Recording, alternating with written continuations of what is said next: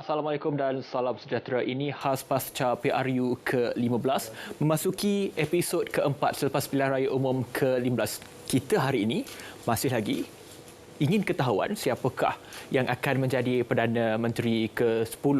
Dan ini adalah satu episod yang panjang, rentetan daripada peristiwa-peristiwa yang berlaku sebelum ini. Dan kita ingin bawakan perbincangan semalam untuk dibawa kepada hari ini. Kalau saya boleh teruskan kepada penerangan pada hari ini, semalam Kebawah Maha Mulia Seri Perdana Baginda Yang di-Pertuan Agong telah pun menitahkan ke semua 30 ahli Parlimen Barisan Nasional menghadap Tuanku untuk mendapatkan penjelasan berkenaan dengan pembentukan kerajaan pusat. Siapakah yang mendapat kerusi majoriti dan sebagainya, dan termasuklah wakil daripada GPS di Sarawak. Dan selepas daripada itu keluar satu lagi kenyataan hari ini bertarikh 23 November 2022. Kebawah Maha Mulia Seri Perdana Baginda Yang di-Pertuan Agong sekali lagi telah pun memanggil berkenan untuk melakukan ataupun melangsungkan mesyuarat Majlis Raja-Raja pada hari esok 24 November 2022. Ini seakan-akan kita dapat saksikan episod yang sama pada tahun 2020 kembali berulang seperti yang dijangkakan, seperti mana kita bincangkan semalam bersama dengan tetamu-tetamunya. Dan banyak episod-episod yang berlaku hari ini, dan kita melihat ada 3 pilihan raya negeri sudah pun berlangsung. Perlis sudah pun selesai, Perak sudah pun selesai, dan juga Pahang masih lagi sama episodnya seperti berlaku di peringkat persekutuan. Dan kita akan juga dapatkan rakan kita di Pahang untuk mendapatkan perkembangan terkini apa yang berlaku di sana, bagaimanakah rundingan dan sebagainya. Kita akan ke pekan sebentar saja lagi, dan ini antara rentetan peristiwa yang kita boleh bawakan hari ini untuk kita melihat siapakah yang akan membentuk kerajaan persekutuan, parti manakah, dan siapakah Perdana Menteri ke-10. Itu yang paling penting yang diperkatakan sejak daripada pilihan raya, malah sebelum lagi. Dan kalau boleh saya katakan, Syed, kalau musim World Cup ni sekarang ni, kalau dulu kita letak sotong korita tu, pilihlah negara mana yang akan menjuarai Piala World Cup ni. Tapi itulah gambarannya, susahnya untuk kita pilih siapakah yang akan menjadi Perdana Menteri ke-10. Kita sudah pun melakukan pilihan pada 19 November. Kita pun bersiaran. Saya suka sebut kita sampai 5:30 pagi tapi masih lagi episod itu tidak menemui titik noktahnya lagi, Syed. Ya. Jadi apabila istilah digunakan oleh Hafiz tadi itu episod. Kita sebut sebelumnya gambaran Game of Thrones kan? Yep. Jadi ini sebenarnya sudah boleh menjadi sebuah telemovie bersiri. Saya kira sekurang-kurangnya 5 siri agaknya. 5 episod boleh dibuat. Cuma tajuknya saya tawarkan PM10. Itu sebagai tajuknya kan. Sebab setiap hari, Hafiz, orang ternanti-nantikan berita, dan berita itu sendiri membawakan gambaran plot twist yang sangat dramatik. Kononnya dia berhayun sokongan daripada Anwar Muhyiddin. Dan malam ni saya tak tahu episod yang ini, hari ini sampai malam ini, saya nak tanya dengan Anwar, episod untuk sampai ke hari ini Anwar Muhyiddin. Kedua-duanya ada dramanya. Serba mungkin. Mereka mengambil jawapan yang selamat. Dua panelis yang bawakan pada malam ini adalah di sebelah kanan saya Profesor Madya Dr. Sharifah Shahira Said Sheikh, Jawatankuasa Pantau PRU 15 NCWO, dan di hujung sana Prof Madya Dr. Muhammad Fathi Yusof, pensyarah dan penyelidik Pusat Polisi Perdana UTM. Tuan-tuan berdua hadir di sepanjang kita berkempen dulu bercakap tentang ini. Tapi tergambarkah pada ketika itu bahawa ini yang akan berlaku, Dr. Sharifah? Sememangnya ianya tergambar kerana daripada hasil kajian-kajian institusi-institusi yang telah dihasilkan. Namun sudah tentu ada perbezaan sikit dari sudut PN dan juga BN, di mana yang menjangkanya BN dan PN tu sama banyak. Tapi rupa-rupanya ianya telah menjurus kepada PN. Ya, itulah perbezaan dia, dan kita nampaklah keterujaan Tan Sri Muhyiddin dan juga Hadi bila terus announce bahawa mereka boleh membentuk kerajaan pada waktu itu. Kalau kita ambil jawapan yang ringkas dulu sebelum kita hurai, Dr. Fathi, kalau ada satu pengajaran paling besar sehingga ke episod hari ini daripada proses kita tergantung ini, apa pengajaran paling besar itu sebagai seorang penganalisis politik? Pengajaran paling besar, rakyat boleh membuat keputusan di luar jangka. Okey, dan itu merujuk kepada sokongan kepada PN. Kita akan perdalam nanti. Okey, Hafiz, nanti kita akan berlidah langsung kerana kita juga tahu kedudukan di Pahang itu juga intrik. Saya ingin bertanya kepada panelis kedua-duanya. Dr. Shira, apabila keadaan tiba ke tahap ini, saya membangkitkan bahawa plot ini berubah-ubah. Tengok perkembangan semasa tuanku bertemu dengan calon-calon, katanya 30 orang, datang 3 orang. Kemudian macam-macam ceritanya pula kan. Lepas tu timbullah GPS dan ada pula penentangan say no to PAS di Sarawak. Jadi untuk sampai ke hari ini apa buayan plotnya? Bagaimana kita menyisahkan ini? Sebelum kita cakap tentang drama dan plot-plot ini, saya ingin mengingatkanlah sebab kita ni sebenarnya di dalam evolusi politik yang ke arah demokratik matang. Ya, ianya bukanlah sesuatu yang tak baik. Ya, ianya satu perkara yang sudah biasa di negara-negara maju seperti Kanada sampai sekarang lah. Ya, iaitu minority government. Ya, negara Denmark dah biasa dah perkara ni. Jadi janganlah mengatakan bahawa, janganlah beranggap bahawa ini adalah satu perkara masalah dunia, ya, tapi sebenarnya masalah ini dapat diselesaikan. Salah satunya menunjukkan bahawa negara ini merupakan negara yang mempunyai pengundi yang sudah tidak lut daripada manipulasi parti politik. Mereka dah pengundi freestyle ataupun gaya bebas. Ya, saya rasanya sebagai pensyarah pensyarah sains politik, saya amat gembiralah sebab ini menunjukkan bahawa dah matang politik dan tak lut dengan manipulasi politik yang biasa-biasa ni. Dan kalau kita tengok dari segi plot-plot ni, kita nampaklah bahawa rakyat dah buat kerja.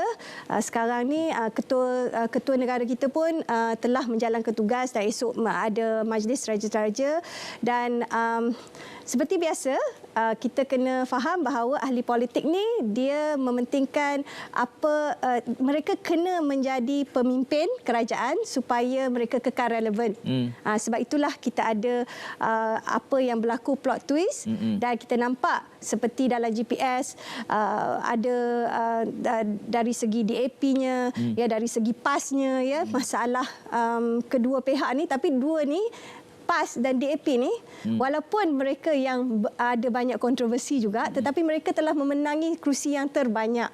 Ya, menunjukkan bahawa apa yang mereka gunakan mungkin dari kurang sesuai dengan bangsa Malaysia, tetapi ianya berkesan. Tetapi apabila dalam penyatuannya, penyatuan kerajaannya, ini ada macam adalah sejarah-sejarah lampau yang menyebabkan ini tak boleh masuk, ya, dan ini tak boleh masuk. Ya, jadi kita tunggulah esok apa akan terjadi. Selalunya penganalisis politik ni dia boleh juga pakai topi nujum. Selalunya lah. Tapi nujum tu kita pakai kat ujung-ujung nantilah, Hafiz. Kita sama ada nak bawa kelapa ke, nak bawa kristal ke, nanti kita tengok apa jadi. Saya suka tadi istilah freestyle. Sekurang-kurangnya saya peribadi pertama kali melihat freestyle digunakan di dalam polemik politik. Sebab selalunya saya tahu freestyle ni sama ada dalam rap ataupun renang saja.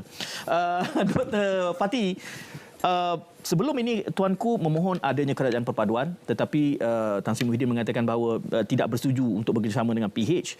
Tetapi hari ini idea itu diangkat semula dan mula dibawa masuk Barisan Nasional, yang Barisan Nasional sebelum ini mengatakan bahawa peranan dia adalah untuk berada di tengah-tengah, tidak memihak. Jadi apakah dinamika yang baru menyebabkan timbulnya plot-plot baru ini? Ya. Menarik kalau kita nak bincangkan tentang kerajaan perpaduan atau unity government, disingkatkan UG kan. Sebenarnya perkataan itu telah digunakan sebelum ini dalam beberapa konflik politik yang pernah berlaku sebelum ini. Pernah dikemukakan oleh Presiden PAS dahulu, saya ingat 10 tahun lepas, tetapi tidak disambut oleh sesiapa.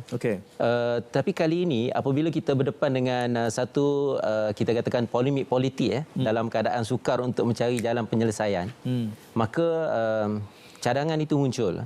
Tetapi saya suka membawa perbincangan kita ini kepada asas kepada kerajaan perpaduan itu, sebab nama itu sangat menarik. Perpaduan itu nama yang semua orang suka kan, semua orang suka.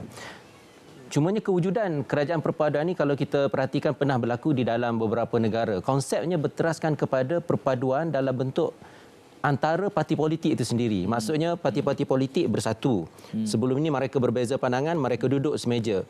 Sekurang-kurangnya 2 parti utama atau 3 parti utama mestilah bersatu, barulah dianggap sebagai kerajaan perpaduan. Sebab tu di negeri Perak apabila PH bergabung dengan BN, itu belum dianggap sebagai kerajaan perpaduan. Kerana sebahagian besar kerusi, sebanyak 26 kerusi dipegang oleh PN, maka itu adalah kerajaan campuran, bukan perpaduan. Kalau kita perhatikan umpamanya yang pernah diwujudkan di Palestin, juga pernah berlaku di Afghanistan apabila Presiden Afghanistan iaitu Abdullah bertembung dengan seorang lagi iaitu Ashraf Ghani. Mereka telah bersetuju untuk bersama-sama, tetapi pada waktu itu kita tidak boleh lupakan peranan Amerika Syarikat di Afghanistan yang menjadi faktor menyatukan mereka. Begitu juga kalau kita lihat kerajaan perpaduan di Palestin pernah berlaku apabila dua parti utama iaitu gerakan Hamas yang dipimpin oleh Ismail Haniyeh dan juga gerakan Fatah yang dipimpin oleh tokoh Mahmud Abbas. Gerakan Hamas kita tahu berpusat di Gaza, gerakan Fatah berpusat di tebing barat. Mereka mendapat sokongan daripada dua tempat berbeza, tetapi mereka nak tubuhkan kerajaan, mereka mengadakan perjanjian dan dapat menubuhkan kerajaan perpaduan. Tetapi kedua-dua kes tadi, sama ada di Afghanistan dan juga di Palestin, kedua-duanya tidak dapat bertahan lama. Kerana faktor perbezaan yang wujud itu sukar untuk diserasikan. Maknanya kerajaan perpaduan tidak dapat. Dan kita dalam konteks Malaysia hari ini tidak ada faktor penyatuan. Sekurang-kurangnya buat. Ya, sebab itulah kalau kita perhatikan tawaran yang dibuat semalam kepada dua-dua tokoh dibuat terlalu awal selepas daripada pilihan raya. Kita tahu mood pilihan raya satu mood yang luar biasa. Sebab dalam tempoh kempen, bahkan sebelum kempen, masing-masing ada pengikut, ada penyokong. Sumpah seranah tu terasa lagi. Sebab itulah kalau kita nak wujudkan kerajaan perpaduan, mungkin ada satu masa yang lebih aman, lebih tenang, barulah sesuai. Dan Perak pun, kita dah sebut Perak ni, Dr. Shira.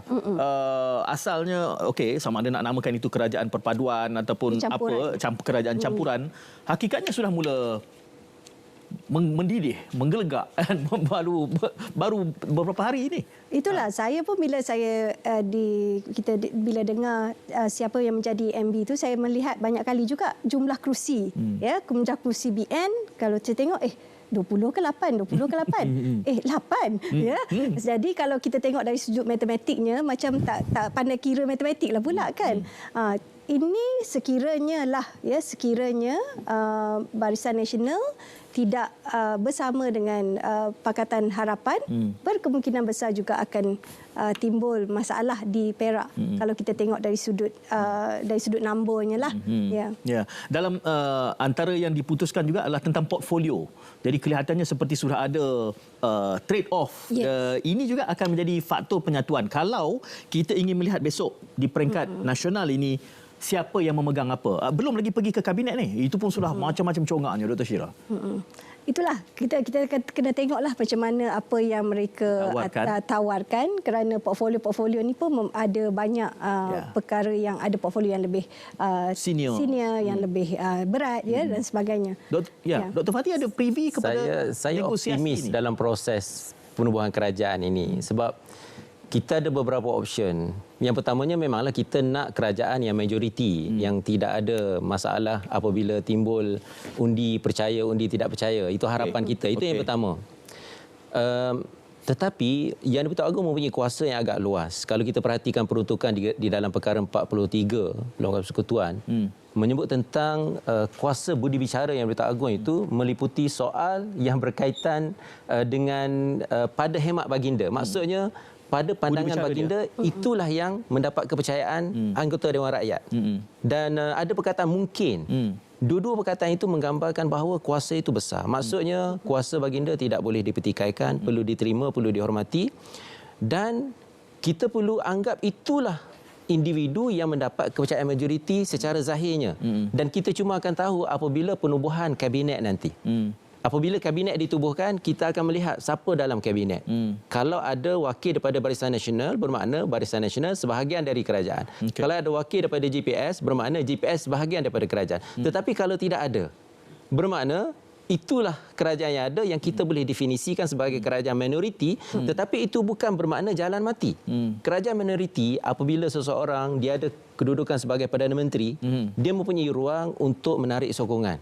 Melalui apa yang disebutkan tadi, ruang-ruang peranan di dalam pentadbiran kerajaan dan sebagainya, yang tentunya pihak yang sebelum ini menjadi pembangkang mungkin bersedia untuk bersama dengan kerajaan, atau tidak setidak-tidaknya boleh melaksanakan CSA. Itu juga salah satu kaedah untuk mewujudkan kerajaan yang kukuh, walaupun mungkin kerajaan itu adalah minoriti. Kita sudah ada pengalaman CSA. Itu mungkin akan menjadi eksperimen yang extended, yang diperpanjangkan, dan apapun kita masih akan menanti keputusan besok yang akan tercorak dan terpercik. Hafiz, masanya untuk kita berehat dahulu sebelum kita memperpanjangkan. Betul. Sebelum tu saya suka dengan perkataan yang digunakan oleh Profesor Madya Dr. Sharifah mengatakan bahawa ini adalah evolusi politik yang perlu kita terima, dan ini adalah menunjukkan dan juga menguji kematangan pengundi dan juga rakyat Malaysia berkenaan dengan bagaimana ingin menerima perubahan-perubahan yang berlaku dari semasa ke semasa. Kalau sebelum saya pas kepada ini, saya nak kongsikan sedikit. Said menyebut tentang Perak misalnya. Kalau kita lihat PH dan juga BN sudah pun bergabung di negeri Perak, dan kita melihat Barisan Nasional, kerusi yang paling kecil, 9 kerusi yang diangkat sebagai Menteri Besar di negeri Perak. Ini yang berlaku di sana, dan juga Perlis awal lagi sudah pun selesai sejak malam mengundi lagi bahawa PN menang selesa 14-1. Kira 14 kerusi dimenangi oleh Perikatan Nasional. Ini yang berlaku di salah 3 negeri yang berlangsungnya pilihan raya kecil. Kita akan bergerak ke Pahang selepas ini untuk kita mendapatkan perkembangan politik di negeri Pahang. Kita berehat seketika, kembali selepas ini.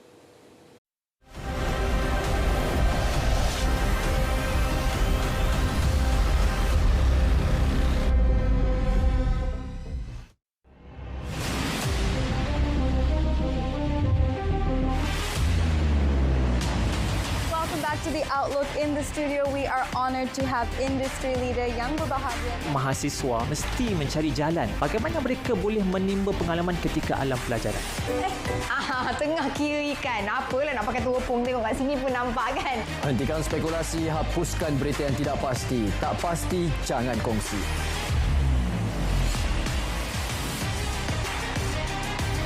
Kita menginovasikan supaya mesin yang sebesar ini dikecilkan kepada saiz ini.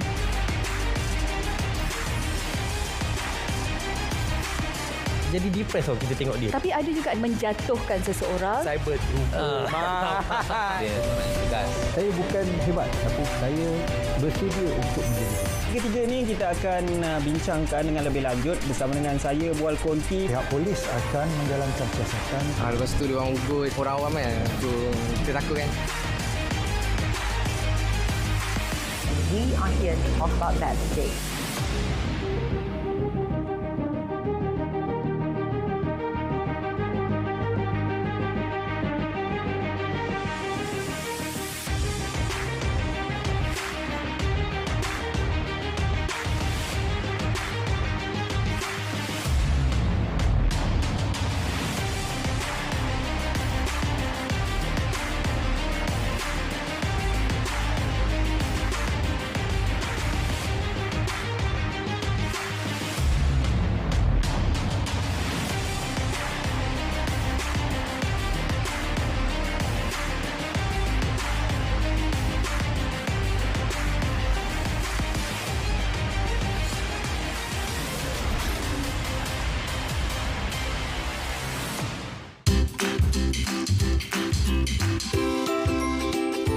Aedes mudah membiak di dalam air yang bertakung. Cegah pembiakan nyamuk Aedes. Pastikan bekas yang boleh menakung air dibuang dengan betul. Tutup rapat semua bekas yang menyimpan air. Periksa saluran air pada bumbung rumah agar tidak tersumbat. Tiada Aedes, tiada denggi.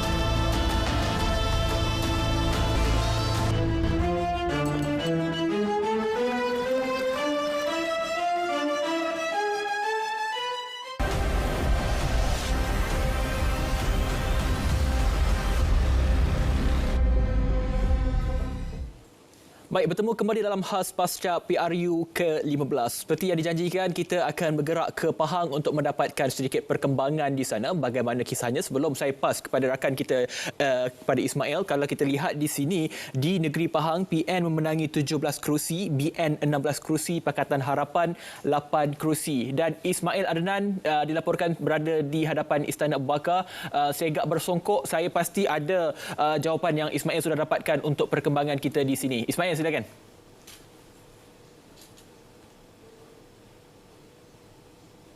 Ya Hafiz, terima kasih untuk perkongsian awalan dan juga mukadimah itu. Ya, seperti mana yang dikatakan tadi, Istana Abu Bakar di Pekan Pahang masih lagi menantikan untuk istiadat penggunaan surat cara dan juga mengangkat sumpah jawatan bagi Yang Amat Berhormat Menteri Besar Pahang. Kita sedia maklum 17, 16 dan juga 8 masing-masing Perikatan Nasional, Pakatan Harapan dan juga Barisan Nasional. Mungkin itu senada dengan di peringkat Kerajaan Persekutuan untuk kita masih lagi tertanya-tanya dan juga menantikan siapakah yang akan dilantik sebagai Yang Amat Berhormat Perdana Menteri. Begitulah juga di negeri Pahang untuk Yang Amat Berhormat Menteri Besar Pahang. Bersama dengan saya untuk bercerita dan juga bercakap lebih lanjut berkenaan tentang kita menanti-nantikan pengumuman dan juga penggabungan ataupun kita kata kolaborasi antara blok yang telah pun memenangi kerusi pada Pilihan Umum ke-15 yang lalu. Bersama dengan saya Profesor Dr. Hassan Ahmad dari Universiti Malaysia Pahang. Apa khabar Prof? Terima kasih bersama kami pada malam ini. Alhamdulillah. Prof Dr, mungkin ramai yang menjangkakan ataupun menantikan bahawasanya bergerak seiring dengan di peringkat persekutuan, Pahang juga masih lagi tertanya-tanya dan juga menantikan bagaimana penggabungan blok yang akan membentuk kerajaan negeri dan juga Yang Amat Berhormat Menteri Besar nanti, Prof. Baik, coalition ataupun penggabungan ini tidak nampak lagi secara jelas di negeri Pahang. Saya fikir memang perkara ini berkait rapat dengan perkembangan di pusat. Kalau kita tengok di sini pun pintu pagar Istana Abu Bakar masih lagi bertutup. Jadi tidak ada kelibat sesiapa datang untuk menguruskan pembentukan kerajaan.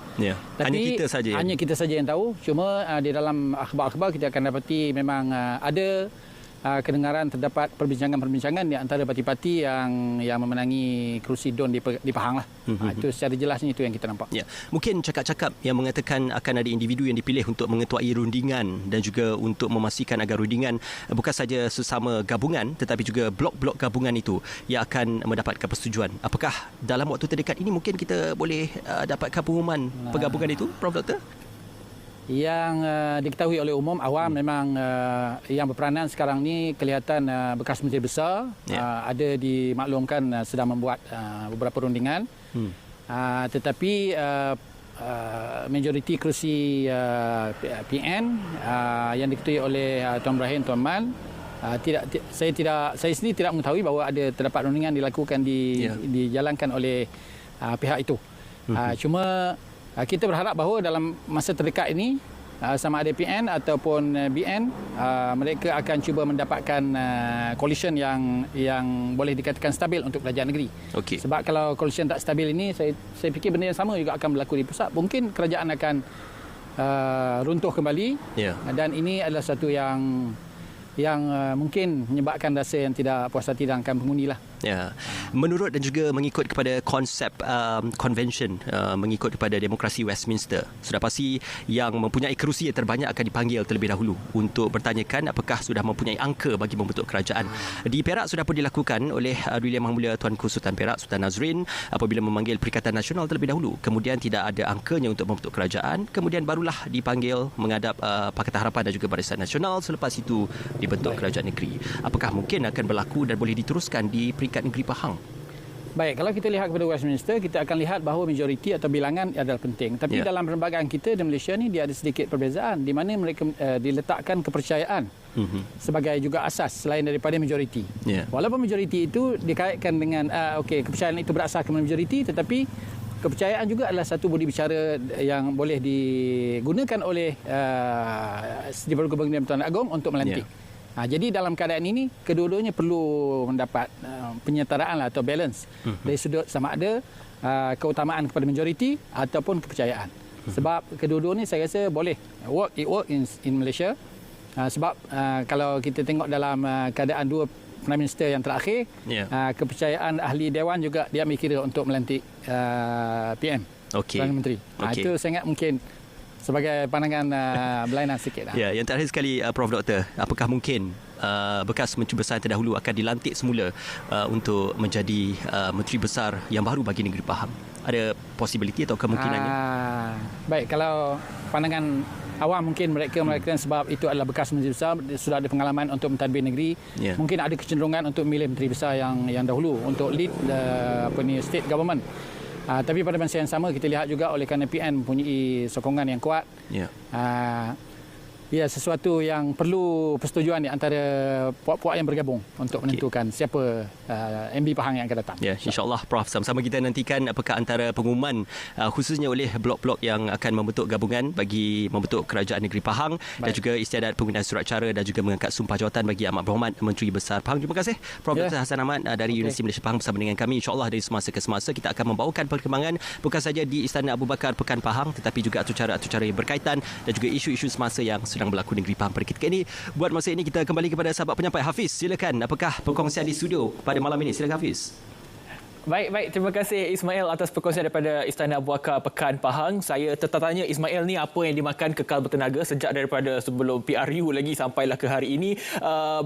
Syed, Pahang ini seakan-akannya sama. Ismail kata senada berlaku di peringkat persekutuan. Kalau saya boleh tunjukkan kepada anda semua, PH Pahang setuju bekerjasama dengan BN bentuk kerajaan negeri. Namun keluar pula Tuan Ibrahim Wan Rosdi mula bincang pembentukan kerajaan Pahang. Kedua-duanya bagi kenyataan bahawa perbincangan ini adanya kemajuan ataupun progres yang dikatakan. Inilah persoalan yang kita dapat lihat, adakah bayangan di peringkat negeri misalnya di Perak, PH dan juga BN akan membawa kepada pembentukan di peringkat persekutuan. Saya serahkan semula Syed kepada dua PM yang ada, Profesor Madia dekat sini. Jangan, ada juga PM tepi macam kita kan. Cuma Hafiz, hujah awal-awal ingat tak bahawa kita harus menyegerakan PRU ini untuk mencapai kestabilan. Dan ternyata itu hanyalah hujah yang tidak boleh kita sandarkan kenyataannya. Hari ini serba-serbi berkecamuk. Cumanya mungkin kita kena ada kesabaran. Tapi di sana-sini sudah ada roadblock. Itu realiti yang agak paradoks bila kita mengatakan hujahnya segerakan pilihan raya untuk kestabilan dan hakikatnya kita tak sampai situ.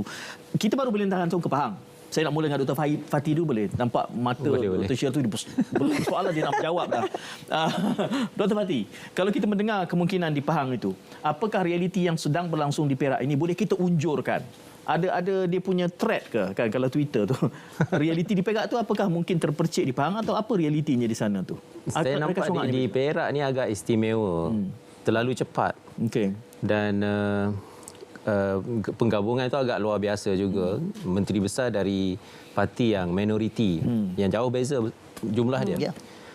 Dan Pahang pula, pendapat saya, Pahang ini menunggu apa yang berlaku di persekutuan. Mereka nak tengok apa pendekatan yang dilakukan sebabnya serba kemungkinan. Seperti yang disebut tadi, isu kestabilan, apa yang berlaku sekarang, kita menunggu. Kebiasaannya, apabila selesai pilihan raya, besoknya atau lusa kita sudah ada pelantikan Perdana Menteri. Malam pun boleh angkat sumpah. Boleh kan? Tunggu depan pintu istana. Tetapi sekarang ini rakyat menunggu. Saban hari, maknanya boleh katakan setiap masa terpaksa melihat maklumat yang ada.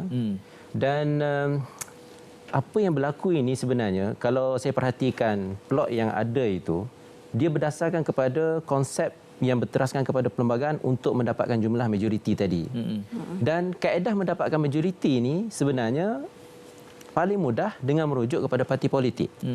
Setakat ini, sejak daripada awal keputusan keluar, semua parti politik dengan jelas menyatakan pendirian mereka. Kecuali satu sahaja, iaitu Barisan Nasional. Dan sejak daripada hari pertama, hari kedua, hari ketiga, seolah-olah tidak ada satu keputusan yang jelas ke arah mana mereka nak pergi. Dan bagi saya sebenarnya ada 5 pilihan. Sama ada mereka memilih PN atau memilih PH atau mereka sebagai pembangkang tetapi memberikan kepercayaan kepada Datuk Seri Ahmad Ibrahim, atau pembangkang dan memberikan kepercayaan pada Tan Sri Muhyiddin Yassin, atau sebagai pembangkang tanpa memberikan kepercayaan kepada sesiapa. Itu kalau dalam konteks kerajaan minoriti. Ya, maknanya jika sekiranya memilih yang terakhir itu, itulah yang akan berlaku seperti yang disebut tadi. Kesan dia adalah kepada kestabilan politik negara kita. Sebab itulah bagi saya, 4 pilihan pertama itu perlu diambil.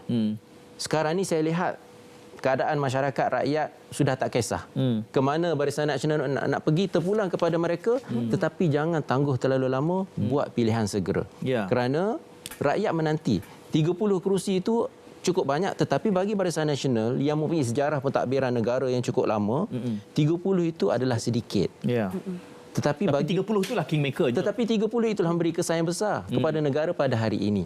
Sebab itulah bagi saya, sewaktu pembubaran parlimen dibuat, hujah yang diberikan, walaupun banjir, sanggup berkedah banjir demi untuk kesejahteraan dan juga kestabilan politik. Kan? Yang kemudiannya tak stabil juga. Yang kemudiannya tidak stabil dan inilah peluang untuk mewujudkan kestabilan. Ada bola di kaki Barisan Nasional. Sangat positif Dr. Fathi ini. Saya jangka PRU 16 bertanding agaknya. Cuma dalam hal ini kita akan melihat beberapa option yang disebutkan oleh kepada Dr. Fathi itu tadi ya. Tetapi kelihatannya Dr. Shira, sepatutnya ada dua pandangan. Apabila kita memberikan lebih masa, sepatutnya lebih sejuk dan lebih matang, bila semua dah penat, dia punya tolak ansur tu lebih lunak. Tetapi kita lain pula. Semakin panjang hari, dia macam jam bandul kan. Dia ke kanan, dia ke kiri. Sebenarnya seronoklah untuk media melaporkan, tetapi dan penat juga.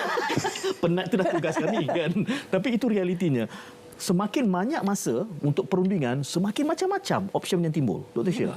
Ya, tapi kalau kita tengok dari segi perlembagaan negara, kita memang masih ada masa, ya, iaitu 120 hari untuk memastikan ada persidangan parlimen yang pertama.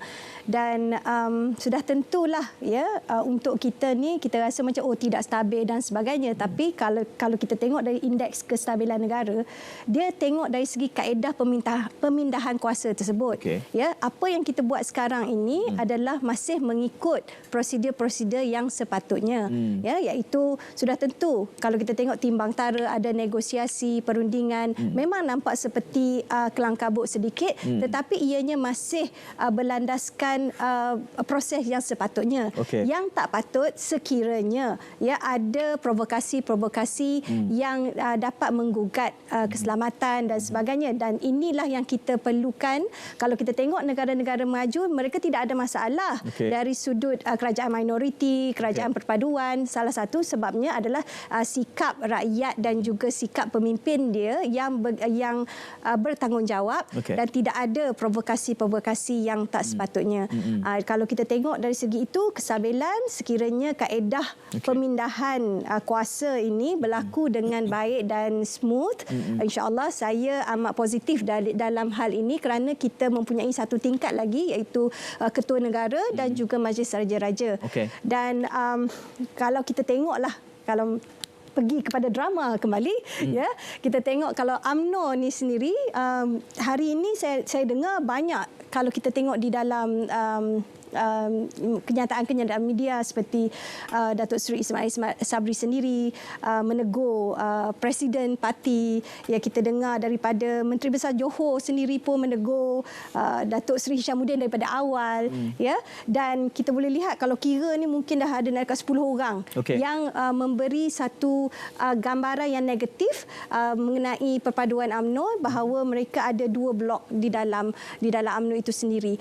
Jadi inilah yang penyebab utamanya mengapa masih ada timbang tara, dan kalau dilihat antara adalah yang kata antara mestilah BN ni semua yang menjadi ahli parlimen menyokong apa yang Presiden putuskan, tetapi ada juga pendapat bahawa mereka telah dipilih oleh rakyat dan mereka mempunyai kuasa sepenuhnya untuk menyokong siapa yang mereka mahu. Ya. Oleh kerana Dr. Shira menyebutkan soal amalan demokrasi negara maju, bezanya mungkin kerana ini pengalaman pertama kali kita parlimen tergantung. Di dalam pengalaman termasuk UK, walaupun perlembagaan mereka tidak bertulis, tetapi mereka ada Code of Conduct, yang mana kalau berlaku hang, itu yang kita akan jadikan rujukan bagaimana kaedahnya. Termasuk saya teringat ada cadangan yang mengatakan praktisnya yang sebaik-baiknya supaya tidak ada mereka berkecamuk, parti dengan jumlah kerusi yang terbanyak diberikan masa tertentu. Kalau mereka gagal, kita beri kepada parti yang kedua. Itu Code of Conduct dalam pengalaman, dan mungkin ini pengalaman untuk kita belajar supaya kita pun ada beberapa rujukan dan tidak semata-mata memberikan ruang kepada penafsiran. Ataukah penafsiran itu lebih selamat? Itu yang kita akan bicarakan selepas kita kembali daripada berehat seketika.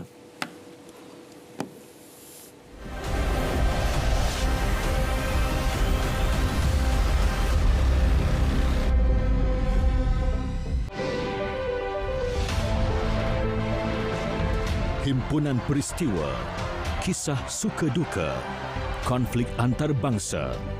Terkini kami rangkumkan secara komprehensif terus ke kaca TV anda. Saksikan Berita Dunia Isnin hingga Jumaat 11 malam di TV1 dan saluran berita RTM.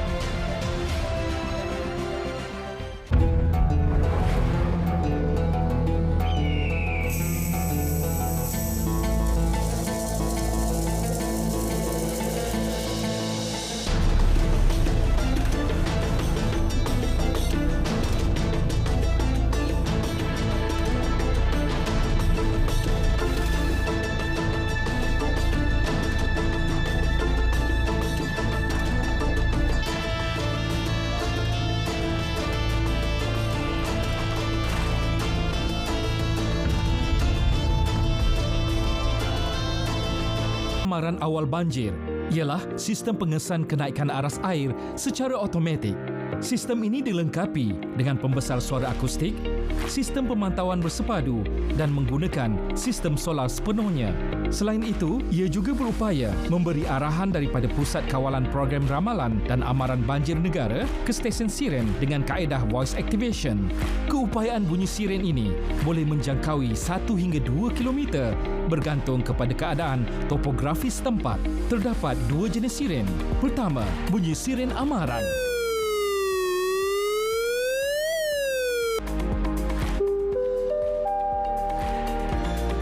Amaran. Air sungai telah melebihi aras amaran. Semboyannya kedengaran apabila air sungai melepasi aras amaran dan penduduk diminta bersiap sedia untuk berpindah. Kedua, bunyi siren bahaya.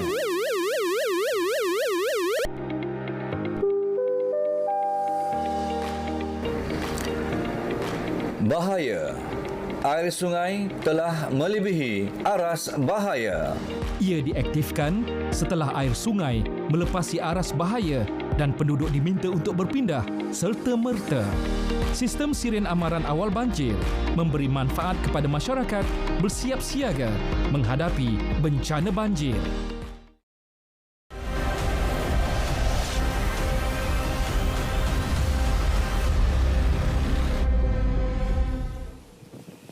Baik, bertemu kembali dalam khas pasca PRU ke-15. Tadi Syed ada menyebut berkenaan dengan Roblox di mana-mana kerana ini yang saya ingin kongsikan kepada anda. Suka saya ingatkan walaupun mungkin ada sebahagian yang sudah tahu, ini kenyataan media Ketua Polis Negara KPN berkenaan dengan Sekatan Jalan Raya sebagai kesiapsiagaan omnipresent. Bermula 22 November 2022 sehingga 1 Mac ditetapkan, PDRM akan melancarkan Sekatan Jalan Raya SGR di lokasi-lokasi strategik di setiap daerah di seluruh negeri secara penugasan 24 jam. Jangan khawatir, jangan risau. Saya rasa saya last orang tengok Roblox banyak-banyak ni waktu PKP dulu. Sekarang ini ada disebabkan omnipresent ini adalah satu cara ataupun salah satu tindakan pantas yang dilakukan oleh PDRM untuk mengawal keadaan-keadaan mungkin unprecedented yang akan berlaku. Kita minta jauh perkara itu di sebalik kemelut dan juga kita menantikan siapakah yang akan menentukan atau membentuk kerajaan persekutuan. Ini sedikit untuk saya kongsikan sebelum saya bawakan kepada anda semua coret-coret berlakunya hari ini. Okey. Oh, itu saja. Ya, itu dah. Ingatkan ada cerita corak-corik di Roblox. Sekejap lagi kita akan kongsikan. Roblox anda undi siapa? Tak ada, tak berlaku. Saya tunggu corak-corik yang begitu tadi.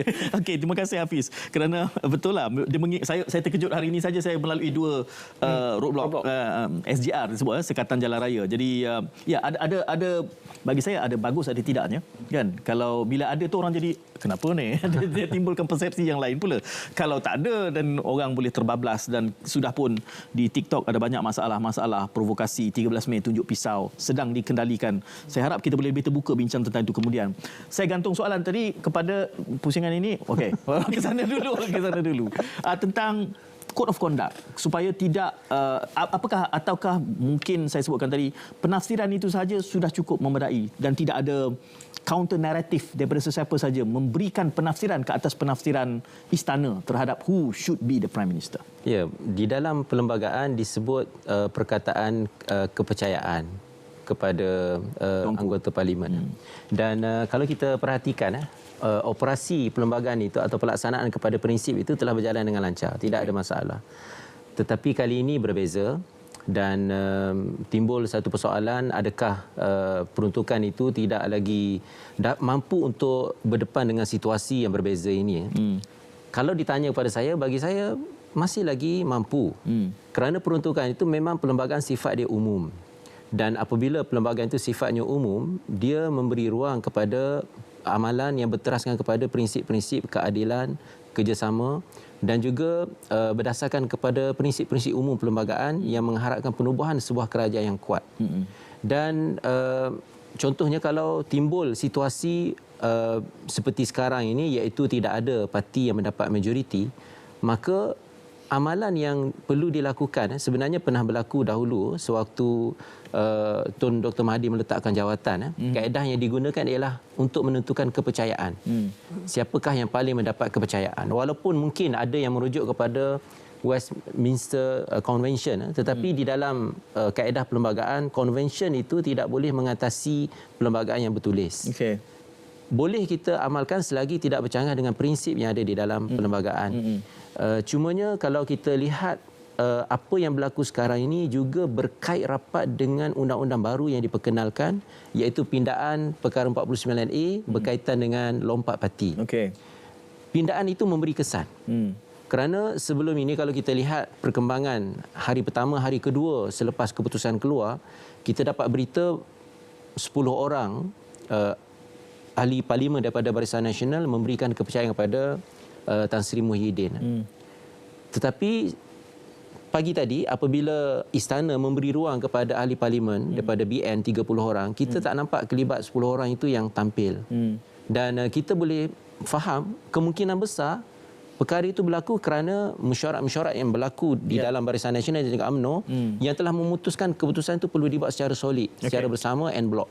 Dan saya fikir berkait rapat dengan prinsip yang ada di dalam peraturan Akta Lompat Parti. Kerana di dalam bukan akta, pindaan kepada perlembagaan lompat parti itu yang menyebut bahawa seseorang ahli parlimen akan hilang kerusi dia dengan dua sebab. Iaitu yang pertamanya dia keluar parti, yang kedua dia berhenti atau tidak lagi menjadi anggota parti. Yang keluar parti itu jelas, mereka tak akan keluar, hilang, siapa nak hilang kedudukan. Yang kedua itu, kalau kita perhatikan DAP dan juga Parti Amanah terus meminda perlembagaan parti mereka, memberikan definisi mana-mana ahli parlimen atau ADUN yang bertindak bercanggah dengan parti dianggap tidak lagi menjadi ahli parti. Tetapi UMNO belum buat. Walaupun UMNO belum buat, terdapat kemungkinan dalam masa terdekat UMNO akan memanggil EGM, Mesyuarat Agung Tergempar, untuk meminda. Dan apabila dipinda, 10 orang tadi akan berada dalam keadaan serba salah, tidak tahu nak pergi ke mana, dan masa depan mereka mungkin kelam. Sebab itulah kalau kita lihat kenyataan Datuk Isyamuddin, Datuk Seri Isyamuddin menyebut saya sedia dipecat. Kerana di dalam peraturan itu jika dipecat dia tidak hilang kerusi. Itu sangat menguntungkan dia, tetapi tidak berlaku pemecatan. Dia masih kekal sebagai ahli UMNO, MP mewakili UMNO, dan jika perlembagaan parti dipinda, beliau akan berdepan dengan masalah dan juga rakan-rakan 10 orang berdepan dengan masalah. Ini yang menimbulkan kekeliruan. Kerana ada kenyataan daripada bukan presiden, bertentangan dengan presiden. Jadi kemudian pagi tadi juga presiden yang bertemu, tuanku bukan 30 orangnya. Dr. Syirah, apakah ini akan mengeruhkan lagi kepahaman rakyat tentang sebab siapa sebenarnya lompat parti sudah pun dimaktubkan tapi masih ada kemelut-kemelut sebegini kepada awam yang tidak terdedah kepada rincinya parti mana yang belum mengubah perlembagaan dia. Akta Lompat Parti ni dia memang untuk kestabilan. Namun dalam masa sama seperti yang telah dijangka akan digunakan oleh ketua-ketua parti untuk mencengkam ahli-ahli parti. Dan ini adalah tidak selaraslah dengan sebuah negara maju. Kalau negara maju, salah satunya parti politik bukanlah yang paling kuat untuk mengawal segalanya dalam sebuah negara. Dan kalau kita lihat di sini, apa yang dibuat itu maknanya dia telah memberi kuasa sepenuhnya kepada, walaupun telah dipilih rakyat, tapi akhirnya setiap ahli-ahli parlimen itu teras dia tu memang pertama adalah parti, kedua baru rakyat. Dan dia macam kurang kebebasan di situ. Dan memang boleh mereka buat seperti yang telah dibuat oleh parti-parti DAP dan juga Amanah. Tapi adakah itu selari dengan asas sebuah negara demokrasi yang sepatutnya berkiblatkan ke kepentingan rakyat dan bukanlah hanya 100% dikongkong oleh parti-parti politik. Contohnya saya bagi contoh, saya mesti cakap saya perempuan sikit kan. Contohnya kalau katakanlah seseorang ahli parlimen yang dulu pernah jadi sexist remarks, takkanlah kerana parti semua kena senyap walaupun wanita dan juga lelaki yang rasa ini adalah satu perkara yang serius dan tidak boleh berlaku pada parlimen. Hanya kerana parti tak boleh cakap. Takkah nampak pelik apabila ahli-ahli parlimen ni apa-apa pun mesti kena tengok presiden okey tak? Nak ke rakyat begitu? Adakah kita nak ahli-ahli parlimen kita semuanya mesti tunggu kebenaran? Menikus. Semua mesti tunggu kebenaran presiden.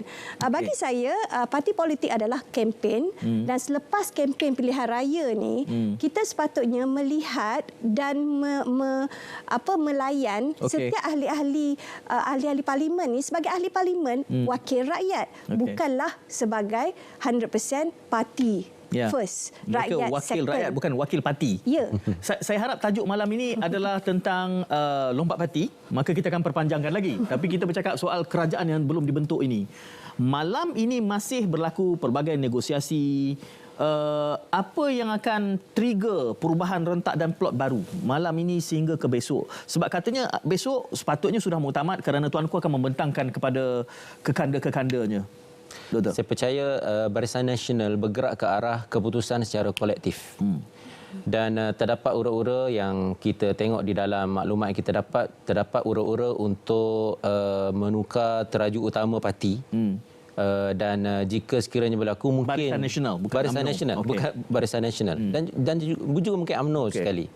Dan mungkin jika berlaku demikian ia akan memberi kesan besar kepada bahtera Barisan Nasional dan juga UMNO itu. Mungkin haluannya bertukar dan sebagainya. Jadi perkembangan itu sukar untuk dijangkakan, bergantung kepada mereka membuat keputusan. Tapi sebagai rakyat kita menunggu. Cumanya saya melihat apa yang penting di sini di dalam menguruskan parti, ahli politik perlu mengambil sikap mengutamakan syura ataupun musyawarah. Dia tidak boleh berlaku pentadbiran parti secara autokratik, secara diktator. Dan juga tidak boleh bersikap tidak jujur apabila sesuatu keputusan telah dibuat. Tidak boleh mengemukakan representasi ataupun pemakluman yang tidak tepat daripada keputusan. Apatah lagi kalau pemakluman itu diberikan kepada Yang Bertanggung Agung. Pemakluman yang tidak tepat daripada keputusan mesyuarat ini satu tindakan yang tidak jujur yang juga mengkhianati rakan-rakan sendiri.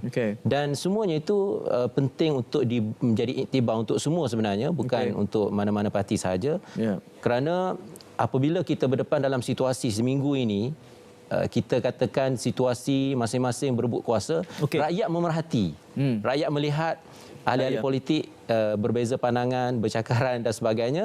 Dan situasi ini sebenarnya perlu difahami oleh ahli politik supaya mereka berhati-hati di dalam mengambil tindakan. Bagaimana kita ingin mengukur jujur apabila yang diukur itu semuanya lidah bercabang?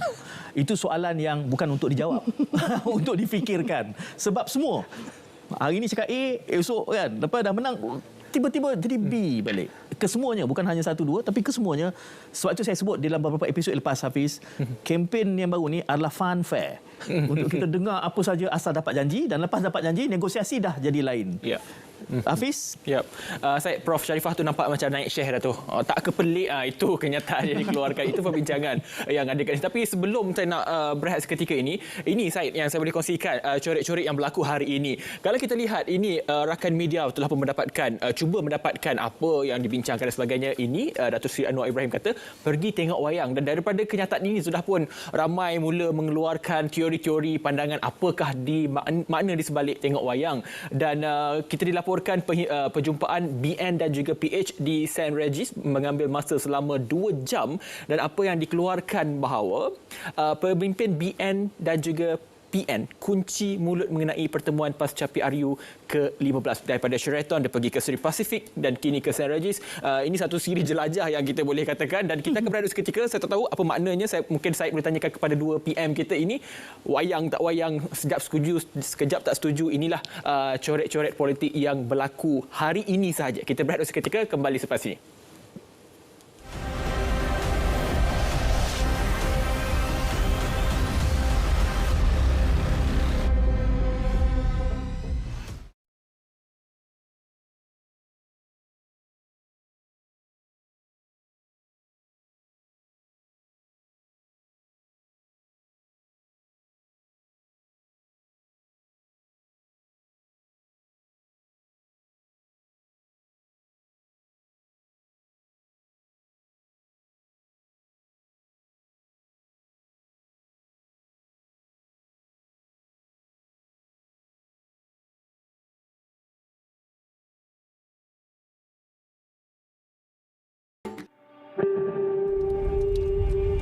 Kakak, jangan buat macam tu.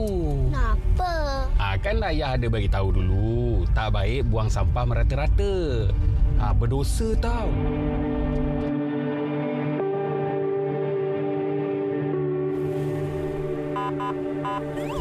Kena dah. Saman ni. Tuan. Apa bagi, Cik? Minta IC, Cik? Boleh. Kesalahan lampu merah, Cik. Tuan, Tuan, kau timah sikit, Tuan. Ayah, janganlah macam tu. Itu kan rasuah. Berdosa tau. Betul apa yang nak Cik cakap. Jangan lama macam tu, Cik. Ni saman. Maaf, Cik. Hati-hati madu, Cik.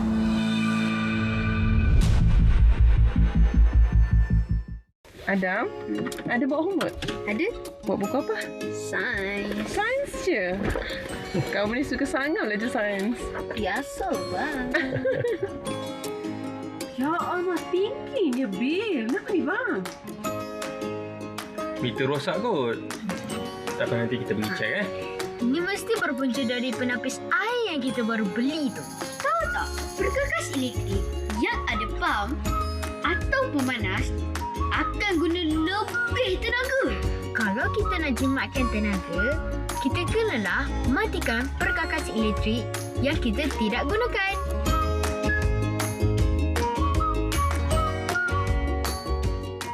Tip keselamatan banjir. Dengar maklumat terkini banjir dari media. Bersedia untuk pindah dengan beg keselamatan. Segera berpindah ke pusat pemindahan apabila diarahkan. Berpindah awal sebelum banjir lebih teruk. Ikut laluan ditentukan. Laluan singkat mungkin terhalang. Pergi ke tempat tinggi dan selamat. Jangan biarkan kanak-kanak bermain air banjir. Jangan berenang atau berjalan melalui air yang deras. Jalan dalam air menggunakan kayu untuk periksa kedalaman air. Jangan sentuh peralatan elektrik, kabel atau wayar.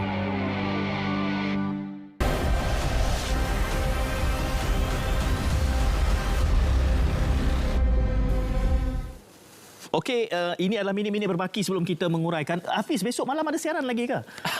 Kabarnya mungkin ada satu lagi episod, tapi tak tahu itu episod akhir atau tidak. Sumpah. Mungkin esok kena bawa popcorn lah kita. Betul lah. Bila disebutkan popcorn tu kita bawa, tapi kita buat cara kita lah, bawa kari pap lah. Kan, buat cara kita. Tak payahlah popcorn tu. Dua panelis saya, Dr. Syirah dan juga Dr. Fathi. Minit-minit yang berbaki ni. Dr. Syirah, esok adalah pertemuan Majlis Raja-Raja. Pada hemat saya, sebenarnya pada saat ini sudah pun ada keputusan. Cuma ingin mendapat endorsement saja agaknya. Tetapi negosiasi masih berlaku. Dari segi dinamika politiknya, boleh lagi ke berubah besok pagi ni? Apa yang sudah akan dibentangkan dalam Majlis Raja-Raja? Boleh berubah lagi ke? Pada pendapat saya, lama tarik nafas tu. Itulah. Sebab ada dua pendapat ni. Satu mungkin boleh berubah, tapi selalunya kita adalah amat menghormati majlis tertinggi, iaitu Majlis Raja-Raja. Dan yang paling penting adalah kita semua sebagai rakyat Malaysia, kita sikap tu yang paling penting. Sikap rakyat Malaysia tenang dan juga pastikan kita tak menggunakan waktu ini untuk sengaja-sengaja nak berbalah, bergosip dan sebagainya. Ya, setakat dalam WhatsApp dan sebagainya, pastikan apa yang kita kongsi itu adalah yang sahih, bukannya yang ramai left group dah. Lepas tu tak payahlah. Kalau kata kita ni nak bergaduh-gaduh, bertelingkah tentang politik, itu menunjukkan kita duk kata undi 18 tak matang. Sebenarnya mereka tu matang sebab mereka tu gaya bebas, kan? Tidak langsung, tidak kebal daripada manipulasi politik. Tidak ada obsesi pemimpin, tidak ada obsesi kepada parti-parti politik. Tapi yang dah tua-tua ni, kalau nak bergaduh, tak mengaku kawan selepas itu, matangkah ya golongan ini? Jadi itu satu lagi, para pemimpin, saya amat berharap bersikaplah negarawan. Kami sebagai rakyat, kita betul-betul memerlukan pemimpin yang ingin melihat hala tuju negara yang lebih baik. Dan apa yang kita buat sekarang ini adalah evolusi politik yang di mana pada sebelum satu hari nanti PRU yang ke-16 ini, kita semua sudah tak kisah, oh you parti PN, oh saya nak sokong UMNO, oh sokong PAS, tak apa, main ramai-ramai pergi mengundi. Kita dah jadi macam tak kisah, ya. Dan juga menghormati setiap pilihan keluarga kita, anak kita. Dah tak ada dah macam dahulu, oh kena macam ni. Itu sudah tak ada lagi dalam PRU ke-16, insya-Allah. Ya. Dr. Shira mengkonsesikan hanya tinggal 1 minit je kepada Dr. Fadhil. Boleh berubah lagi ke? Selagi jam berdetik, selagi itulah mungkin berubah. Tetapi saya percaya besok, insya-Allah, selepas daripada pertemuan Yang Bertuan Agong bersama dengan Raja-Raja Melayu, penantian itu akan berakhir. Kita doakan demikianlah. Dan yang penting sekali, rakyat Malaysia menerima apa sahaja keputusan, kebijaksanaan yang telah diputuskan oleh Yang Bertuan Agong. Sebenarnya kuasa memutuskan itu pada Yang Bertuan Agong, bukan pada Majlis Raja-Raja, dan besok pun bukan mesyuarat Majlis Raja-Raja, tetapi pemakluman pertemuan khas. Dan sebenarnya Yang Bertuan Agong ingin mendapatkan pandangan daripada duli-duli Yang Maha Mulia Raja-Raja Melayu, supaya konsep musyawarah wasyawirhum fil amri fa idza azamta fatawakkal 'ala Allah. Maknanya konsep musyawarah di dalam urusan, dan juga apabila sudah berazam, bertawakal pada Allah, dan kita harapkan kita dapat yang terbaik untuk negara kita, insya-Allah. Hafiz, Faiza azamta fatawakkal 'ala Allah. Sebab dia je bukan UAE malam ni.